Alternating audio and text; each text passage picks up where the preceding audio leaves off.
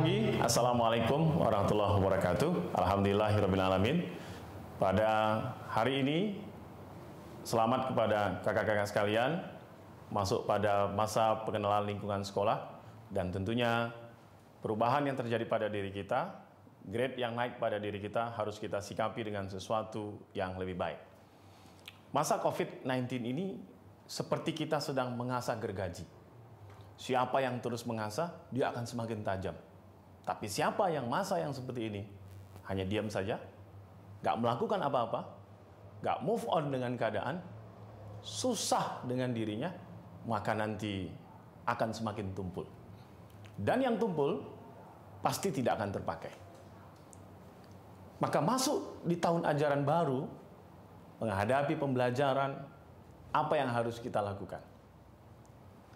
Pak Erik memberikan satu energi positif, namanya power.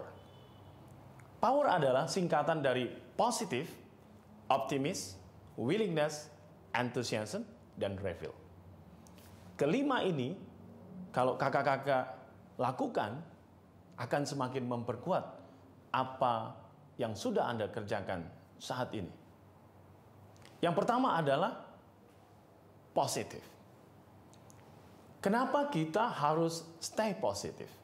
Kenapa kita harus terus berbaik sangka?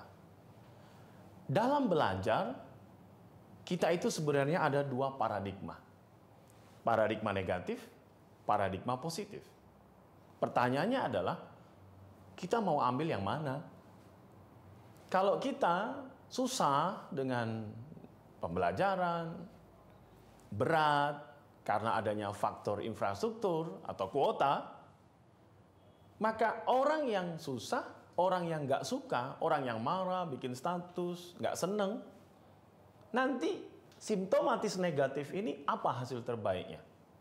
Hasil terbaiknya adalah 0. Tapi kalau orang yang punya energi positif, hasil terbaiknya adalah tidak terhingga.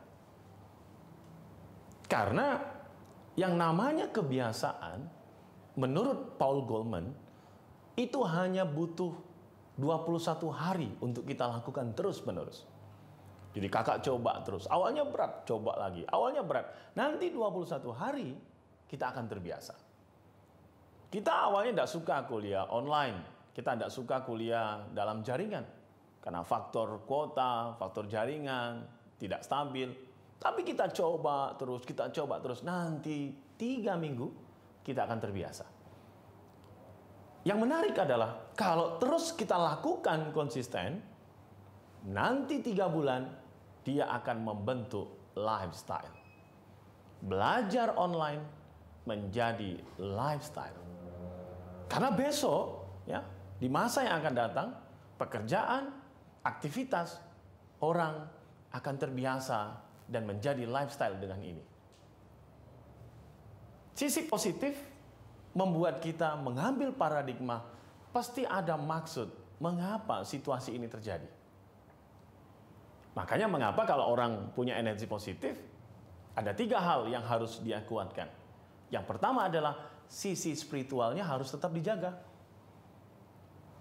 Berbaik sangka, mendapatkan ilmu yang bermanfaat, lewat aplikasi, memudahkan berinteraksi, tidak perlu ketemu langsung. Sekarang kita enak sekali. Ya, melakukan semuanya secara online. Jadi tidak terbatas pada waktunya. Tinggal bagaimana kita siap. Caranya gimana? Ya kita harus senang. Belajar harus senang. Jadi orang senang itu karena dia sudah men-setting dirinya senang dulu. Sebelum kita belajar, kita sudah segar, kita sudah enjoy, pakaian kita rapi, kita terlihat good looking, kita tersenyum. Energi positif kayak gitu bikin kita tuh jadi senang, bikin kita tuh jadi enjoy. Dan itu nanti jadi lifestyle buat kita. Jadi spiritualitasnya tetap harus dijaga. Care sama orang, menghargai orang lain, berbuat baik. Baiknya kita bukan hanya untuk orang lain saja, baiknya kita itu nanti balik lagi kepada kita. Jadi stay positif. Jadi kalau kakak-kakak bilang ya positive thinking. Pasti ada maksud di balik itu semua, pasti ada pembelajaran yang harus kita dapatkan dari itu. Kalau enggak, sayang sekali, kita nggak akan dapat apa-apa. Kenapa? Hasil kita jadi nol. Jadi energi positif itu yang kedua adalah menyesuaikan diri. Kondisi saat ini memang kita diminta untuk lebih dinamis. Apa manfaatnya? Kita jadi lebih paham tentang teknologi. Apalagi kakak-kakak sekalian adalah masuk kepada generasi Z. Generasi yang 93,9% mereka adalah generasi yang candu akan teknologi, internet. 7 jam per hari koneksi di internet. Berarti close kamera, mute audio, sebenarnya bukan persoalan kuota kan? Mungkin Anda mendapatkan sesuatu yang tidak menarik. Menarik atau tidak, maka kita buat pada diri kita senang dulu. Afirmasi pada diri kita, senang, aku bahagia, aku senang, mau ketemu yang lain, mau dengar suara guruku, membuat kita jadi lebih enjoy.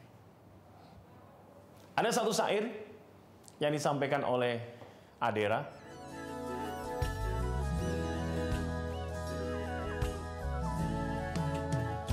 Bila ingin hidup damai di dunia, bahagialah dengan apa yang kau punya. Kalau ingin hidup damai di dunia, maka bahagialah dengan apa yang kamu punya. Kakak punya apa? Bahagia dengan itu. Syukuri itu. Alhamdulillah loh, kita masih bisa sekolah. Banyak orang lain yang pingin sekolah, tapi mereka tidak mampu. Orang tuanya tidak mampu. Kita dapat bersekolah dan belajar dari itu semua dengan menggunakan teknologi. Kalau ingin hidup lebih damai di dunia, berbagilah bahagia yang kita punya. Kita punya bahagia apa? Bahagia sama orang lain. Dan gak usah khawatir, yang kita bagikan balik lagi nanti kepada kita. Tahu ya hukum kausalitas? Energi, kekekalan energi tidak akan pernah ditambah, energi tidak akan pernah dikurangi, yang ada hanyalah berubah bentuk. Jadi kalau kakak senang bantu orang, suatu saat nanti tanpa kita sadari, ada saja orang yang membantu kita, ada saja orang yang memberikan ya, manfaatnya untuk kita. Nah, apalagi kalau kita bahagia, lihat orang lain bahagia. Hidup kita jadi lebih damai, hati kita jadi lebih tenang, belajar kita jadi lebih enjoy. Banyak prestasi dihasilkan dengan kondisi yang seperti ini. Asah terus potensi kita. Ya. Dan yang ketiga, energi positif itu apa? Dia harus dinamis. Dia harus bisa mengupgrade terus informasi apa yang terbaru. Apalagi yang baru. Karena memang ini zamannya. Kakak tahu kan sekarang eranya kolaborasi, kita nggak bisa sendiri dong. Kalau sendiri ketinggalan. Anda dengar pansos, panjat sosial, orang yang terkenal dibantu sama orang yang terkenal. Kita saling kolaborasi, orang punya podcast dikolaborasi. Kita belajar juga begitu. Mari kita berkolaborasi, saling sharing ilmu, saling presentasi. Itu bikin kita kuat. Kalau sendiri kita ketinggalan. Tapi kalau kita bareng-bareng, kakak punya tim yang bagus, Anda akan menang. Ini persoalannya hanya kita mau ngalahin ego kita apa enggak. Tinggal kita. Kalau kita marah karena diri kita, saya nggak dapat apa-apa, saya capek dengan ini semua, akhirnya capek ke kakak juga. Maka egonya jangan untuk diri sendiri, tapi coba egonya untuk keluarga. Iya ya, orang tuaku sudah ngasih aku kesempatan, keluarga aku sudah support, kakak, adikku, guru-guruku, ya teman-temanku, tetanggaku, ya keluarga besarku, support aku semua. Maka aku nggak ingin ngecewain mereka. Karena nggak ingin mengecewain mereka, maka yang muncul adalah egonya sudah keluarga. Kita ingin ngasih yang terbaik untuk keluarga besar kita. Jadi kalau kita ditanya, siapa Wisnu? Oh anaknya Pak Aan ya. Bapaknya bagus, anaknya bagus. Oh siapa? Nanda. Oh, membanggakan ya. Jadi orang senang gitu. Dan keluarga kita bahagia punya anak seperti kita. Makanya mengapa kalau kakak lihat, kalau ada orang di wisuda, atau kakak selesai sekolah menengah pertama atau madrasah sanawiyah, ada orang tua yang menempelkan foto kita itu di ruang tamu keluarga. Pajang ya. Pertanyaannya buat apa sih orang tua mau ngelakuin itu? Satu aja sebenarnya. Kalau temannya datang, kalau sahabatnya datang, tetangga mampir ke rumah, mereka lihat foto itu. Pertanyaannya sederhana. Ini siapa, Pak? Ini siapa, Bu? Apa jawaban orang tua kita? Apa jawaban keluarga kita? Ini anak kami. Sekarang di mana? Sekarang sedang menjadi seorang manajer, menjadi pengusaha. Bangga. Yang dengar senang, yang ngomong bahagia. Apa sih susahnya bikin keluarga kita bahagia? Kita nggak bisa ganti apa yang mereka berikan kepada kita. Sejak lahir banyak sekali pengeluaran, sampai sekolah dicariin. Apa yang mau kita berikan? Kalau Pak Erik mau saran, kasih mereka kebahagiaan. Kasih mereka bahagia punya anak seperti kita. Itu aja. Kita nggak akan bisa ganti semuanya, karena kita nggak akan sanggup. Tapi kita bisa memberikan karya terbaik kita untuk bikin orang-orang di sekitar kita bahagia. Nah, kakak-kakak sekalian, kakak ngerti gak? Apa yang bikin manusia itu jadi lebih kuat? Tantangan, persoalan, bikin kita lebih kuat loh. Kenapa ya Kak Sinta itu orangnya tenang aja kalau ada persoalan? Karena persoalan itu udah pernah terulang. Dia udah sering ngalami kayak gitu loh. Kenapa ya kamu kalau gagal, nggak berhasil sesuatu, kamu biasa aja dan mensikapinya dan kamu move on lagi dengan itu? Ya karena Anda pernah belajar dari itu kan. Coba lihat burung. Gimana caranya anak burung terbang? Sayapnya dia kepakkan. Dia coba mengangkatnya, jatuh lagi. Bahkan mohon maaf, ketika mereka pertama kali terbang, ada yang sampai jatuh. Tantangannya udara, angin. Tapi justru ya, udara itulah yang bikin burung itu terbangnya jadi bagus kan. Itu masalah buat dia. Tapi itulah yang bikin dia terbang. Kura-kura dari darat mereka ke laut, berenang pertama kalinya. Tantangannya ombak, air laut sendiri, binatang yang lain. Tapi yang survive, wah, usianya puluhan tahun kan. Memang air bagi dia jadi tantangan, tapi air itu yang bikin dia juga survive. Nah, kita sebagai manusia, kakak sebagai pelajar, apa yang bikin kakak jadi semakin kuat? Ya tantangan. Ya, hambatan yang kakak bisa keluar dari itu semua. Persoalannya nggak bisa kita ubah, sudah terjadi. Tapi kita tinggal mengubah cara pandang kita kepada persoalan itu. Kenapa jadi pusing? Ya karena mikirin itu terus kan. Pak Erik kasih contoh deh. Coba kakak sekalian ambil pensil atau pulpen di rumah masing-masing. Silakan. Ambil pulpen atau pensil masing-masing. Sudah? Coba pensil atau pulpen itu kakak letakkan di telapak tangan Anda. Ya, misal seperti ini. Pertanyaan Pak Erik. Berat atau ringan? Berat apa ringan? Pasti Anda bilang ringan. Ya kan? Coba angkat lagi.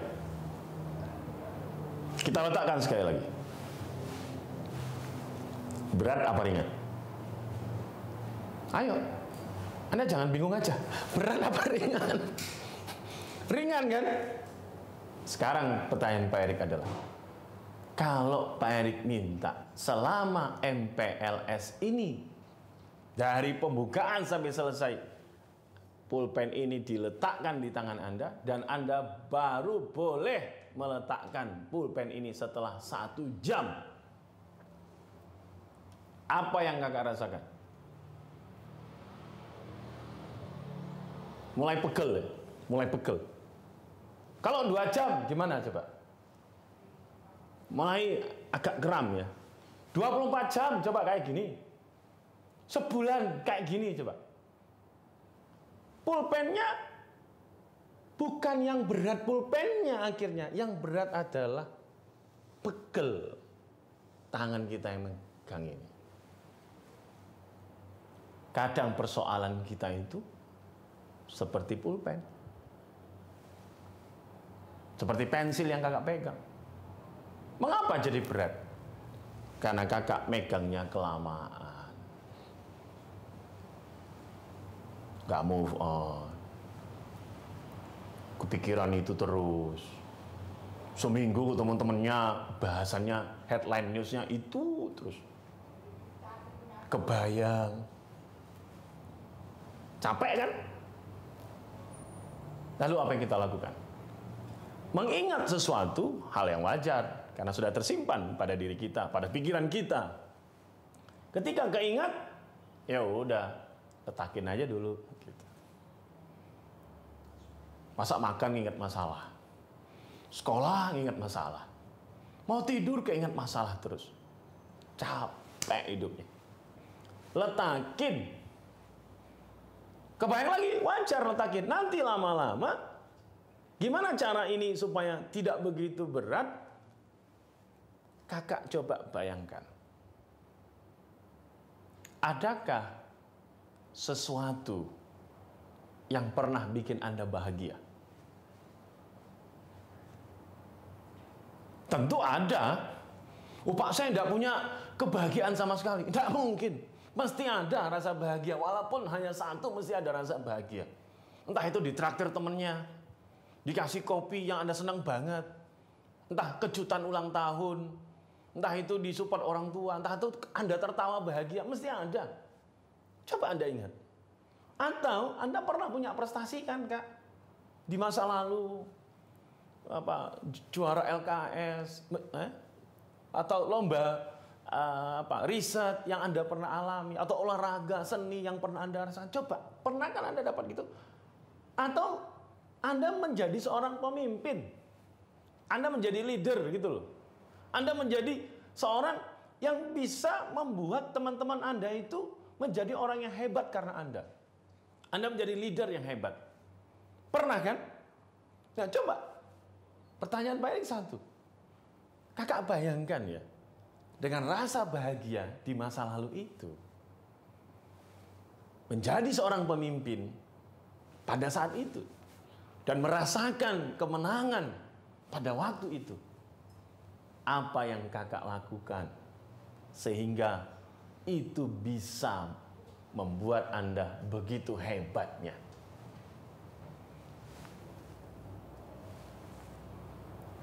Apa kebiasaan yang Anda lakukan sehingga Anda bisa sesukses itu? Ketemu kan? Nah, kalau kita tarik di hari ini dan di masa depan kita sampai kita menyelesaikan pendidikan kita, apa modal di masa lalu kita itu yang bisa kita ambil untuk kesuksesan kita di masa depan? Hari ini, masa depan. Ketemu semangatnya Anda, tangguhnya Anda, gak khawatir gagal, coba aja semua. Tapi mengapa di saat-saat yang seperti ini, baru karena status orang aja Anda langsung marah? Gara-gara orang gak suka video Anda di TikTok atau di YouTube atau di Instagram, Anda kecewa. Gara-gara teman ngomong salah, Anda jadi marah. Kenapa kita marah? Karena kita membiarkan diri kita marah. Jangan biarkan diri Anda marah. Ini hanya masalah cara pandang kita, Kak. Sukses, bagaimana usaha Anda dan cara pandang Anda belajar dari orang-orang sukses. Ambil tuh sumber daya yang pernah kakak pernah raih. Kumpulkan. Jadikan itu sebagai modal sukses kita di masa depan. Belajar dari orang-orang sukses. Mereka bukan orang yang nggak pernah gagal. Banyak tantangannya. Banyak hal keinginan yang mereka tidak bisa raih karena keterbatasan ekonomi. Pada saat kita miskin, uang itu begitu berharga. Sampai kita rela jalan kaki ke tempat sesuatu ya daripada saya harus mengeluarkan uang untuk bayar atau naik kendaraan umum, saya lebih bagus jalan kaki lah. 1 jam juga enggak apa-apa, yang penting saya uangnya hemat. Itu pada saat miskin. Uang itu begitu berharga, waktu tidak ada masalah. Tapi coba kalau kakak jadi orang sukses. Ketika uang bukan masalah, tantangan terberat Anda adalah Anda punya waktu enggak? Diajak ketemu teman, enggak bisa. Diajak makan bareng aja, susah banget nentuin waktunya. Mau jalan sama keluarga aja, susah banget nentuin kapan bisanya. Kita masih belajar, kita syukuri, kita masih terus belajar. Kenapa? Ini anugerah dari Tuhan yang patut kita syukuri. Kita tambah wawasan kita jadi orang hebat. Ikhlaskan diri kakak-kakak semua menjadi orang yang ingin mempersembahkan yang terbaik untuk orang yang dicintai, keluarga kita, guru-guru kita, sahabat kita, dan orang di Indonesia. Ini egonya sudah universal. Memberi manfaat untuk banyak orang. Bukankah kita bahagia jika kita bikin orang lain bahagia, karena adanya kita bikin bahagia banyak orang. Jaga terus motivasi, jaga terus semangat kita. Sesuai prinsip momentum, motivasi itu tidak akan datang di awal, dia akan datang ketika kita berjalan. Gimana caranya supaya kakak belajar semangat? Kakak baca bukunya. Kakak tenang baca buku, kakak bolak-balik. Nanti setengah jam, Anda udah mencoba konsentrasi baca, motivasinya mendekat, dan Anda semangat membaca. Anda ingin senang ngerjakan sesuatu, coba aja kerjakan. Walaupun Anda nggak tahu, tapi Anda baca, Anda lihat. Nanti, 15 menit kemudian, setengah jam kemudian, motivasinya mendekat. Dan Anda coba untuk mengerjakan semuanya. Kita bisa, karena kita mengikhlaskan diri kita bisa.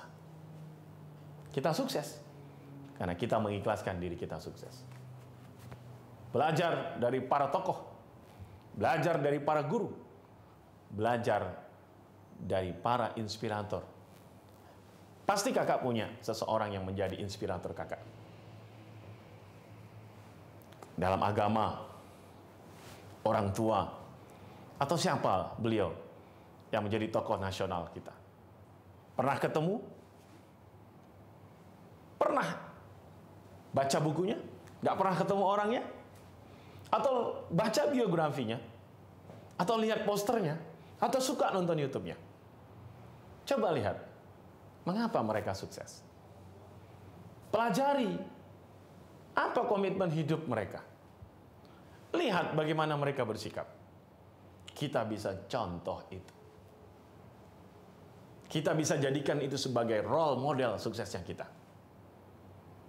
Karena mereka juga pasti melakukan, mencontoh orang lain untuk menjadi role model mereka. Jadi kita nggak sendirian. Kita ada guru. Belum pernah ketemu, tapi kita pernah baca bukunya. Itu jadi inspirasi loh buat kita. Kita ada teman yang memperkuat kita. Dan itu bikin kita jadi lebih bersemangat. Kenapa belajar online jadi nggak semangat? Karena kita nggak tahu, ini terus nanti mau ngapain. Tapi kalau kita sudah punya visi, saya sudah menetapkan, saya punya target, maka semua itu akan bikin kita fokus sama apa yang mau kita raih. Kalau kakak tahu bulan depan Anda akan dapat hadiah, Anda akan bisa mendapatkan sesuatu karena prestasi Anda akan bersemangat nunggu bulan depan. Tapi Anda nggak tahu besok seperti apa. Udah terserahlah, bagai air mengalir aja, santai kayak di pantai, slow kayak di pulau. Iya, kalau ngalirnya ke sungai, kalau ngalirnya ke comberan, itu juga ngalir namanya. Maka bikinlah aliran itu baik untuk kita. Bikinlah sesuatu itu punya manfaat untuk kita. Kenapa kita jadi bersemangat? Karena kita tahu apa yang mau kita tuju. Karena kita tahu apa yang mau kita raih.